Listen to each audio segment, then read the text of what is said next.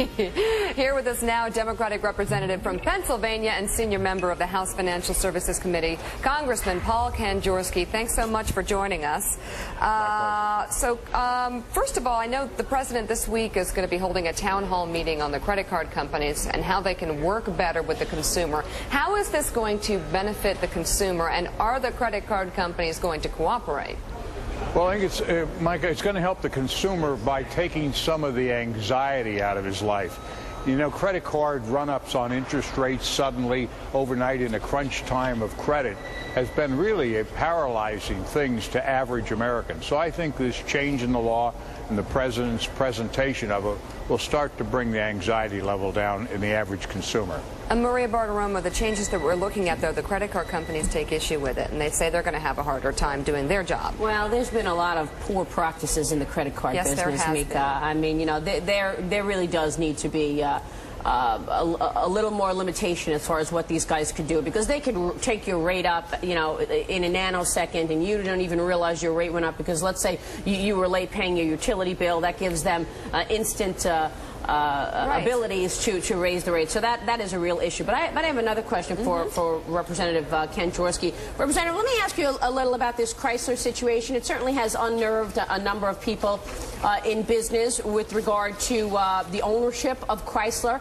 You know, we all know that the senior debt holders are just that, or they're supposed to be just that. If something happens with the company, the senior debt holders invested in the debt, invested in the bonds, because they were under the belief of the law that has governed this country for 250 years that they would, in fact, own the senior security and be able to get paid back. How come you guys were able to just rip up the contract and put the law of the land aside and actually change the rules in the middle of the game and say, okay, well, you know what, unions will own 55% of Chrysler, Fiat will own 35% of Chrysler, and the bondholders, well, we're changing that right now.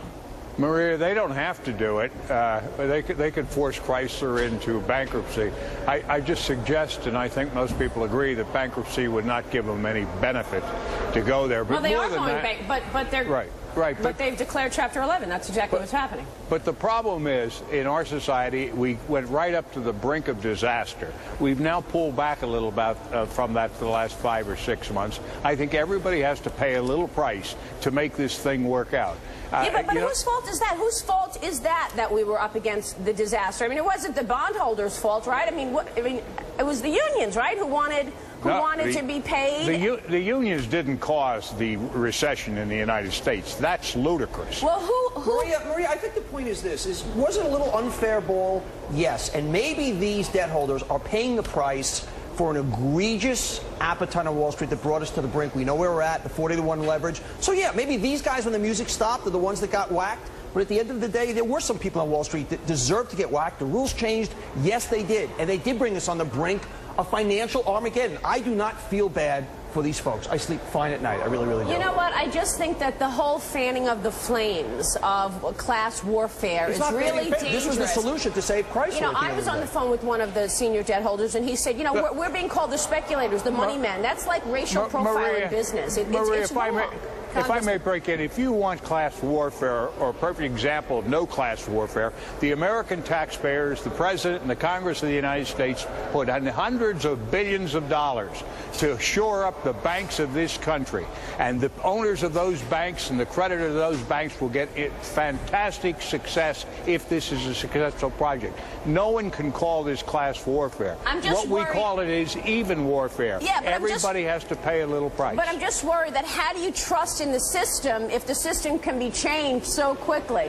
You know, why would an investor go buy the debt again thinking that, you know what, the rules don't apply? The reason I actually bought the debt actually is no longer there, so are they going to change the rules in the middle of the game again?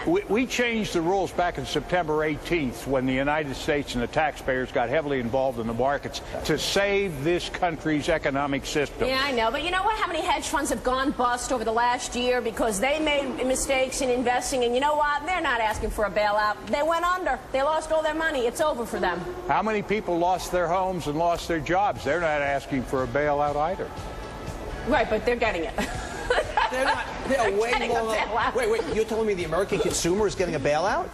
In some cases, oh, yes. Come on, in some cases, they are they're last in allowing line. banks who could have gone under to be saved. So, obviously, So but they're saving them. Okay, they had to save our entire financial system, but at the end of the day, the government, we know, bailed these guys out, and if they want to change, there was a different rule. I recognize that, but I don't know why you want to just throw away the laws of the land that have governed this country. I don't want to throw them away. I want our government to intervene when they have to. And in that instance, okay, so to put these guys to the back of the line. Security, and I have the belief that I'm going to get paid in full, that I should just forget about it if something goes wrong. Don't believe in the laws of the land. I think these are exceptional circumstances. Okay. Final word, Congressman. If you've worked honorably for your employer for 20 or 30 years and you thought you were going to have a job for life, there's no guarantee that you are, and we're seeing thousands and hundreds of thousands laid off. There's no guarantee in this world. Who has a job for life? What kind of a guarantee is that? That's maybe in Europe. Then in Europe, that same argument, Maria, what creditors have guarantees that they're going to be wealthy and have money for life? They take the risk with all of us. Then let's not make believe they do. We don't. Okay, well, now we don't. Now I know that it's actually not the reason to invest in the debt, because it may not be there. Yeah, now I get it. But that wasn't the assumption. Rules changed. Well, this they is changed. They changed. They changed because the taxpayer had to bail banks. The rules changed. Why don't we admit it? They did. Right. Congressman Kanjorski, thank you so much. I'm sure you're glad you joined us this morning. Sounds like a great group. I work there. Say hello to Joe Scarborough for me. We miss him down here. Will do.